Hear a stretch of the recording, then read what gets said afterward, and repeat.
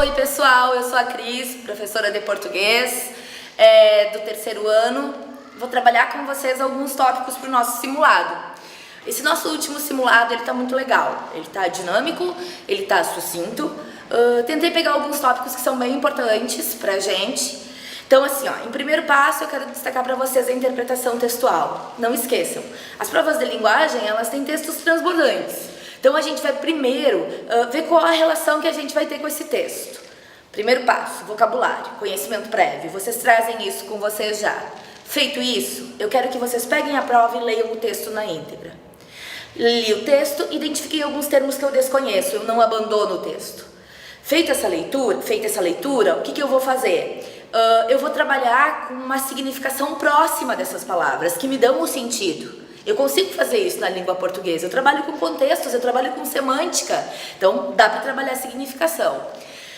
Preciso me lembrar também que as questões hoje relacionadas à interpretação, elas trabalham muito com inferência. O que é inferência? É a conclusão. O que eu estou concluindo daquela situação, daquele texto, daquele parágrafo?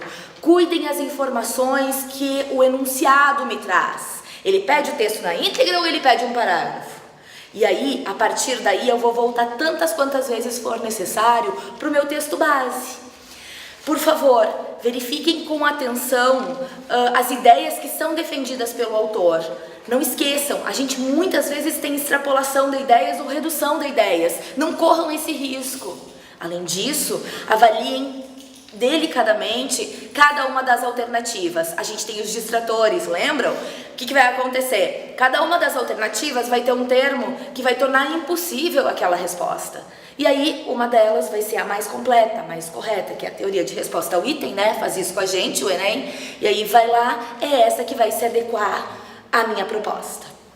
Na parte gramatical, eu quero que vocês não esqueçam da análise sintática. Pessoal, lembrando, período composto por coordenação, período composto por subordinação. Vou trazer os dois de volta para a prova. No período composto por coordenação, lembramos orações coordenadas, sindéticas e assindéticas. A sindética não tem conjunção, sindética tem conjunção. A gente vai trabalhar então na questão com orações. Não esqueçam, orações coordenadas, orações subordinadas. Orações coordenadas, período composto por coordenação, a gente tem orações coordenadas assindéticas, que não tem conectivo, conjunção, e oração coordenada sindética, que eu vou perceber o sentido dessa conjunção. A sindética pode ser aditiva, adversativa, alternativa, conclusiva ou explicativa.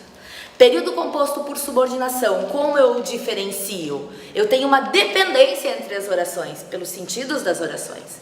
E aí, no período composto por subordinação, eu tenho subordinada substantiva, subordinada adjetiva ou subordinada adverbial. Vou diferenciar. Subordinada substantiva, ela é sempre introduzida por conjunção integrante.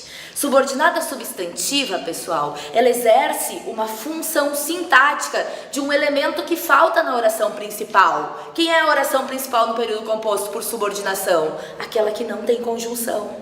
Então, a oração subordinada substantiva, ela pode ser subjetiva quando falta sujeito, objetiva direta quando falta o objeto direto, objetiva indireta quando falta o objeto indireto, completiva nominal quando falta o complemento nominal, predicativa quando falta o predicativo do sujeito e apositiva quando eu tenho os dois pontos. Não esqueçam, todos esses elementos da oração subordinada substantiva, elas complementarão um elemento ausente na oração principal. Eu tenho também a oração subordinada adjetiva. A adjetiva é aquela introduzida por pronome relativo. Ela faz uma relação, ela faz uma retomada de um elemento.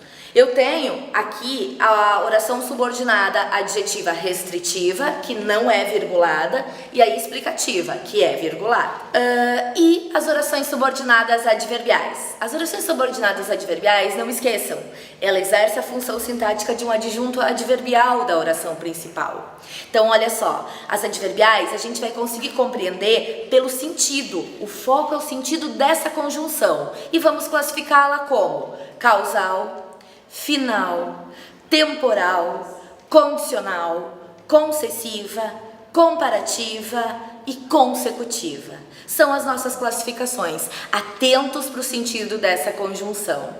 E além disso, eu não vou deixar de colocar uma questão que retome a função sintática do que. Lembrem sempre, questões de função sintática do que, elas são muito simples. Eu preciso fazer uma substituição do que, pronome relativo, pelo elemento que ele se refere. Trago esse elemento e reconstruo a minha oração. E faço análise sintática, vendo se ele é sujeito, se ele é objeto, se ele é predicativo, se ele é complemento, se ele é adjunto, se ele é agente da passiva. Isso a gente trabalhou pra caramba em aula, não tem como perder uma questão dessas. E por ultiminho, a gente vai ter a crase. Pessoal, não esqueçam, a crase ela é a fusão de um artigo feminino com a preposição. Juntou os dois, saiu o indicativo da crase. O que eu quero que vocês alertem? Porque não pode acontecer. Onde a crase é proibida? Sempre. Antes de palavras masculinas. Antes de pronomes de tratamento, com exceção senhor, senhora e dona. Antes dos pronomes em geral. Em expressões repetidas. E por último, quando o a está no singular e vem diante de palavra no plural. Eu estou trazendo aqui só o que a gente não pode, com o restante vocês se viram para estudar. E aí um beijo para vocês, retomem bem o conteúdo e uma boa prova.